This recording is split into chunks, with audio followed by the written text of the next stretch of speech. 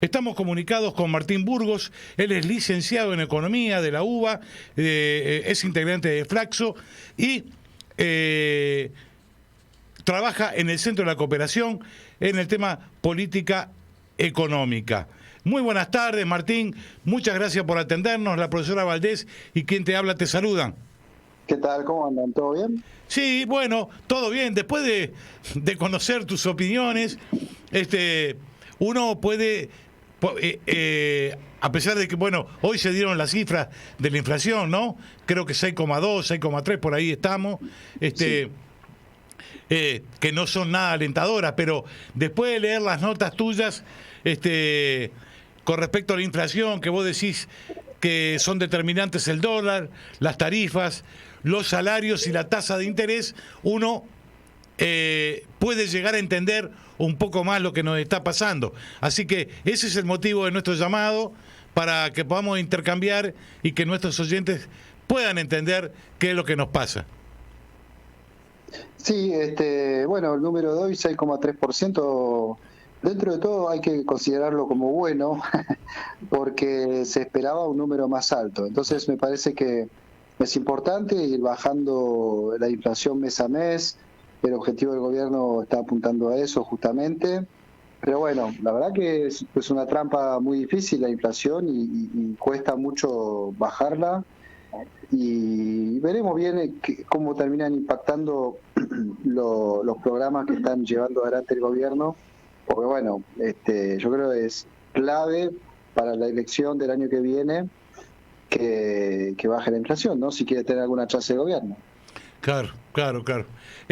Ahora, ¿cómo, cuando vos haces referencia en tu nota, en la que escribiste en página 12, en el suplemento Cash, ¿no? Que vos decís, inflación, bueno, dólar, tarifa, salario, tasa de interés. ¿Cómo se compone esto? ¿Cómo dirías tú que se puede resolver estos cuatro ítems? Que son fundamentales, por supuesto. Sí, yo creo que en primer lugar, creo que en el 2020, en el medio de la pandemia, el error del gobierno fue haber subido el dólar, el tipo de cambio, de 60 a casi 80 pesos. Me parece que en un momento en el que los salarios estaban congelados, porque hasta octubre de ese año no hubo paritarias, en un momento donde los ingresos de la población estaban verdaderamente muy bajos, levantar el dólar fue un tema tremendo. Y después, obviamente, eso fue como el principal problema que tuvimos en este caso. Después, los otros grandes precios, tasa de interés, tarifas, que hay una discusión muy fuerte ahí, Sí. y el tema de los salarios trataron de seguir, pero muy por atrás. Hoy por hoy, los salarios están muy abajo respecto del 2015, siguen estando a nivel del 2019, que son los peores años, el peor momento del macrismo. No pudimos despegar de ese lugar. Los salarios, y algunos salarios todavía, si miramos los salarios de los informales, están, digamos, de los empleados no registrados, están todavía peor. Con lo cual yo creo que ahí hay un fuerte desafío para el gobierno, que es ver cómo mejorar los ingresos de los trabajadores informales, los famosos trabajadores pobres, ¿no? Los que no llegan a fin de mes, los que no llegan a llevar que un salario no le permita sacar a la familia de la pobreza. Verdaderamente es uno de los temas clave que es necesario resolver para el gobierno. Claro, sí, Valdés. Yo simplemente quería preguntar cómo puede ser que, bueno, esto fue parte de la gestión del ministro Guzmán, que digamos que por lo menos no fue muy feliz, que digamos. Entonces, el problema fundamental en este caso es un problema de redistribución del ingreso, indudablemente. Y hasta qué punto el gobierno puede tomar una medida que fue eficaz, que fue aquella medida que propuso Heller, por una única vez, que ese fue el único error, digamos, o la única dificultad fundamental, que los más ricos tributaran de una manera, por el tema de la pandemia, de una manera que sirviera al pueblo. Y sirvió, pero sirvió de una forma efímera. ¿Esto no puede implementarse nuevamente una nueva política justamente impositiva que obligue a los más ricos a asistir a los menos ricos? Sí, yo creo que primero, digamos, fue muy importante en medio de la pandemia poder lograr que los ricos efectivamente hagan un aporte extraordinario. Ese era el sentido, ¿no?, de esa ley, y fue votada en un contexto particular, y me parece que fue muy importante. Fue 0,5% del PBI en términos de recaudación, lo cual es enorme. Me parece que eso no hay que soslayarlo, me parece que fue muy importante lo que se logró con eso. Ahora yo creo que efectivamente para este año hay una necesidad de poder recaudar para resolver muchos de los problemas sociales que existen, y más que un aporte extraordinario en este caso, yo creo que hay que volver a lo que se llamó en su momento la renta inesperada, ¿no?, de las grandes empresas. Claro. Es decir, no apuntar a las grandes fortunas de los individuos, ¿no?, los principales, los 12.000, primero los 12.000 personas más ricas de la Argentina, sino a las principales empresas que hicieron ganancias extraordinarias durante el año 2021. Hubo proyecto de ley que empezaba a circular, bueno, no casualmente también de parte de Martín Guzmán, ¿no? Es uno de los que en su momento, con todas las contradicciones que podemos encontrar, es uno de los que efectivamente llevó adelante el proyecto, y creo que hay, en la Cámara de Diputados hay proyectos que se están generando sobre esa base. ¿Cuál es la idea? De que las empresas que beneficiaron del incremento de precios extraordinario que hubo en el 2021 y en el 2022 puedan pagar por un impuesto especial por esos beneficios extraordinarios. Y acá lo que es importante mencionar es que el tema no es otro impuesto a las ganancias, no es que es un segundo impuesto sobre la misma base, porque en sí, digamos, las ganancias ya tienen un impuesto, las ganancias normales son algo que efectivamente, bueno, funciona así el capitalismo, y está bien que funcione, y funciona de esa manera.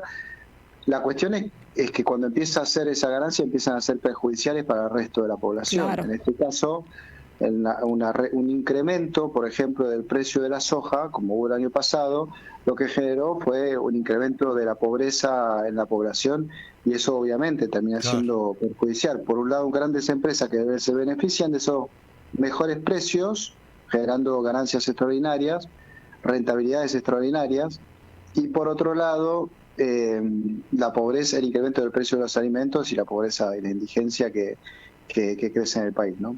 Exacto. Martín, hay una cosa que vos también decías, que a mí me pareció notable que lo dijeras, porque me parece que hay poca valentía también. Algunos de nosotros vivimos en barrios que vemos los restaurantes llenos, barcitos llenos, por ejemplo, como en un día como hoy, ¿no? Entonces decís, pero entonces la cosa no está tan jodida, porque por lo menos 2.000, 3.000 pesos por cabeza te gastás estando en un barcito un rato, ¿no? Pero vos lo decías bien, que había gente que por lo menos le empataba a la inflación, o estaba muy poquitito por debajo, y que el gobierno tenía que apuntar a los que estaban, a los que recién dijiste, ¿no? A los que no llegamos a fin de mes, realmente. Sí, tal cual.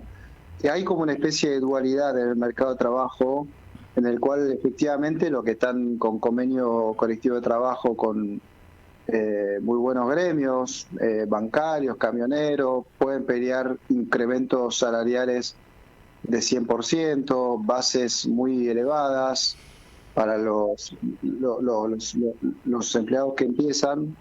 Entonces me parece que todo eso está bien, y es producto obviamente de una lucha de la distribución del ingreso al interior de un sector, Me parece fantástico. La otra parte, la otra cara de la moneda, son esos empleados que o porque tienen el gremio muy chico o porque son informales, no llegan siquiera como decía antes, ¿no? Son los que conforman al trabajador pobre, y es esa otra parte, otra cara del mercado de trabajo, en un contexto donde en verdad no es que falte laburo, porque laburo hay, la tasa de desempleo está muy baja en términos históricos, menos del 7%, que es comparable a los últimos años, 2014-2015, de Cristina Kirchner, es decir, que son muy buenos datos, pero con esa paradoja, ¿no? Que los ingresos son muy bajos y que bueno, la informalidad sigue siendo importante. Claro. Bueno, y ahora una obviedad. Vos sabrás entender que tengo la obligación de preguntarte cuál es el peso que tenemos sobre los hombros con el tema de la deuda externa y cómo lo estás viendo de acá hacia adelante. No, bueno, la deuda externa es impagable, sigue siendo impagable, y como todas las deudas impagables, lo que hay que hacer es patear para adelante, que es lo que se hizo, ¿no? Cuando se negoció a principio de año, eso fue el resultado concreto más importante que se logró.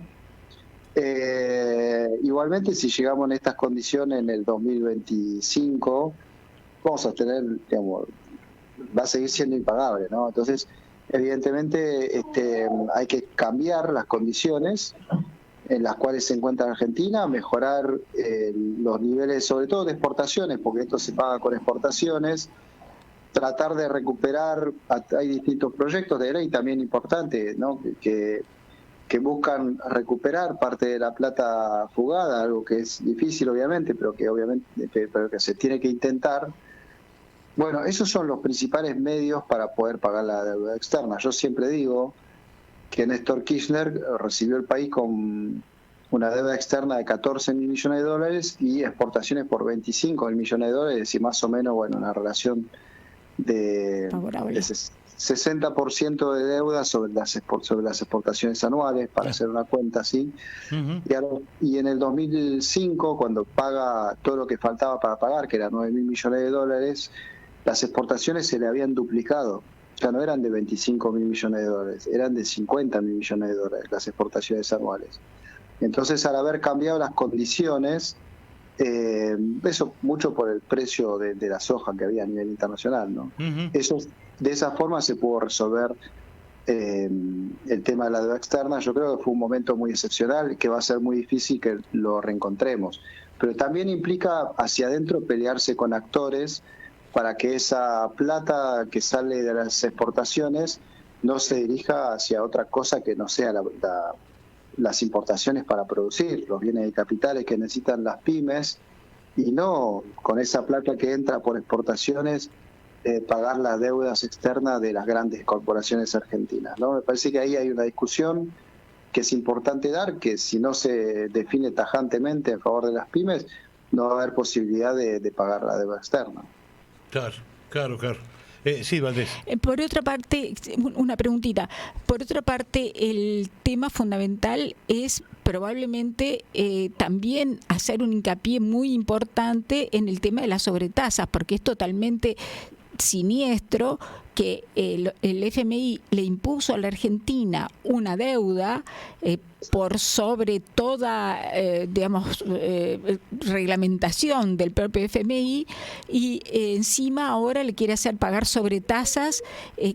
Eso es absolutamente inédito, porque fue hecho, todo el mundo lo sabe, con un criterio absolutamente neoliberal de conseguir que se mantuvieran los mercados en manos de Macri, y que fuera un panorama político favorable al presidente Trump, y se manipuló el FMI en ese sentido. Eso es un escándalo internacional. ¿Usted qué quiere decir? Quiero decir que por lo menos el FMI tendría que dejar de exigir las sobretasas que le exige a la Argentina. Eso no se resolvió. El presidente Fernández trató de resolverlo con Kristalina Georgieva, pero de eso no se habla más, y sigue imperturbable ese tema.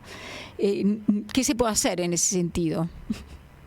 No, yo creo que tiene razón, el tema de la sobretasa es importante. Y de hecho nos pega más porque están subiendo las tasas de interés de Estados Exacto. Unidos, entonces eso nos termina pegando.